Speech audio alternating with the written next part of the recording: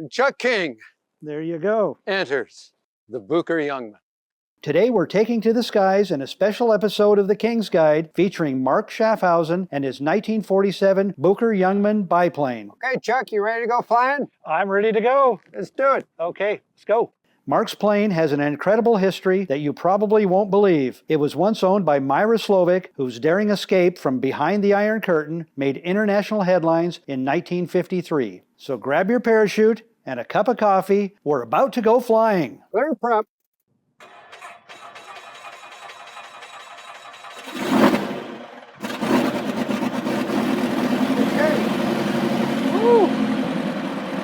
Mark Schafhausen was one of thousands of people who used to watch the annual Diamond Cup hydroplane races from Tubbs Hill back in the 1960s. After flying over Tubbs Hill a few times, we decided to take a short hike to the place where, for Mark, this story began. The highlight of every summer, for me anyway, was the hydroplane races here at Coeur d'Alene, the annual Diamond Cup. A bunch of us kids would march out here onto Tubbs Hill, and we always came to this spot right here. This was premier viewing.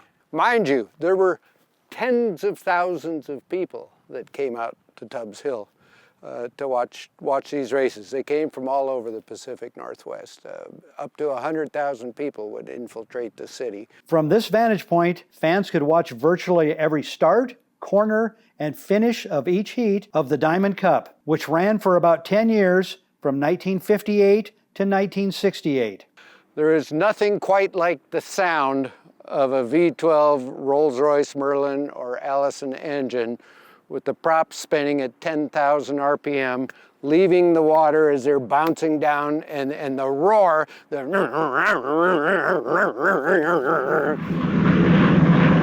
tempo on the outside, dollar bill on the inside, and two boats are hidden in the spray.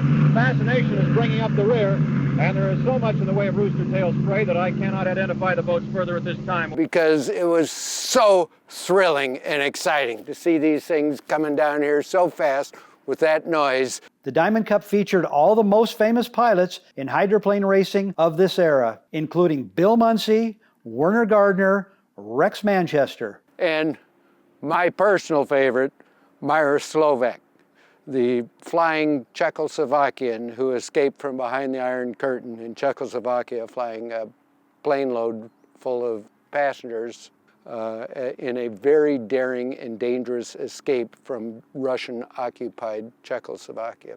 Mira Slovak was born in Czechoslovakia in 1929, which was invaded by Nazi Germany during his childhood. The Soviets liberated Czechoslovakia during World War II, only to then overthrow its government in 1948. Mira Slovak was a pilot for the Czech military at the time, which put him in the unique position to hijack a DC-3 airplane and fly it to West Germany in 1953, where he defected.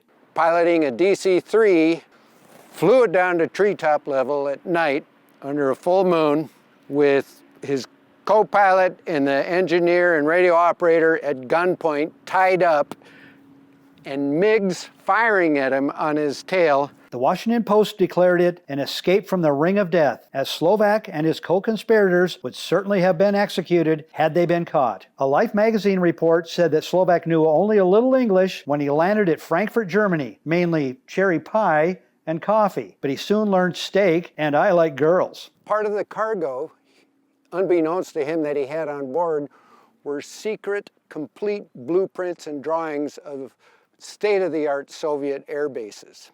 Mira was a hero, and they did everything they could for him to make his transition to the United States as comfortable and easy as possible for him.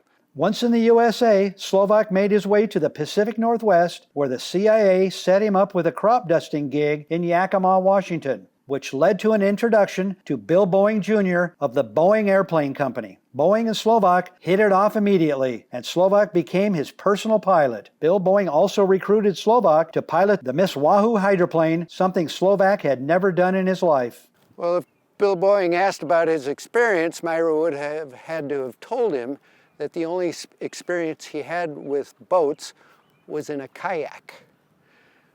So Mira jumps into the brand new Miss Wahoo, and in his first heat that he drove in, and his second heat that he drove in as well, came in second place with all of these experienced drivers around him. He only knew one thing, and that was pedal to the metal. Over the next 10 years, Slovak became one of the most popular names in hydroplane racing, surviving some extremely serious wrecks along the way, including one at the Diamond Cup just off Tubbs Hill in 1963. It nearly ended his career. And they're running about 104 plus miles an hour. The X-side has blown up. X-side has cracked up. And they've stopped the race. And the boat is sinking. But in 1966, Slovak won almost every major race in the sport, including the Diamond Cup in Coeur d'Alene. And who was there to see it? Yes, our good friend Mark Schafhausen. And it changed his life, but not merely because of the racing. So fair warning, this may be embellished slightly. 1966, Mira Slovak is driving Harrah's Tahoe Miss. Beautiful day, the boats are racing. In between heats, it gets a little slow, so one of the reasons we were here as kids was because the best cliff jumping on Tubbs Hill is right down here. Well, one time it's between heats, and somebody yells, I mean, there's crowds of people here, it isn't just us kids. Somebody yells, look, over there, and over downtown Coeur d'Alene comes this biplane, low, inverted. Right in front of us, pushes up, does a quarter vertical roll so that we can see the beautiful heart on top of the top wing and the burst that comes off it, does a hammerhead stall, and proceeds to do the most incredible low-level aerobatic air show I had ever seen. Someone yells, who is it? Someone else goes, that's Slovak. Slovak was flying the Jungmann Biplane, which he acquired in the early 1960s. It's likely he trained in a similar biplane back in Czechoslovakia in the late 1940s. The Jungmann was used by most European militaries as a training plane for young pilots at that time because of its incredible acrobatic agility. Slovak's right here, right in front of all of us doing the show, and then leaves with his trademark right over the water, inverted. He would take both hands off the controls and wave to the people, just feet off the water, inverted, right past us here, flies back to the Coeur d'Alene airport where police escort picks him up 110 miles an hour back to the pits. Mira jumps in his hydroplane, the Tahoe Miss, and wins the Diamond Cup that year. As a little kid, I'm gonna follow up on this guy in this airplane, because that was the coolest thing I'd ever seen in my life. And so I did. In 1968, Slovak retired from racing to focus on a career with Continental Airlines, and he sold his biplane, which changed hands a few times. But Mark never forgot the spectacle of the Diamond Cup in 1966 and kept track of the Jungmann, eventually buying it at age 22 from the widow of the owner at the time, Dave Rahm. And his wife, Katie, was kind enough to sell the Booker to its #1 fan, me. And the only way I could pull that off was if she carried the note, which she did, because I was 22 years old. And I have been the caretaker of Mira Slovak's Booker for the last 48 years. Mark has carefully maintained the Jungmann, which was fully restored and painted black and gold. I was fortunate enough to take a spin in this artifact of history, literally, as Mark flew some barrel rolls and other stunts on a 1-hour aerial tour of Lake Coeur d'Alene. And there's a wonderful book written by Dave Williams, a biography of Slovak's life. Dave Williams is the director and chief executive over at the Hydroplane Museum in Seattle.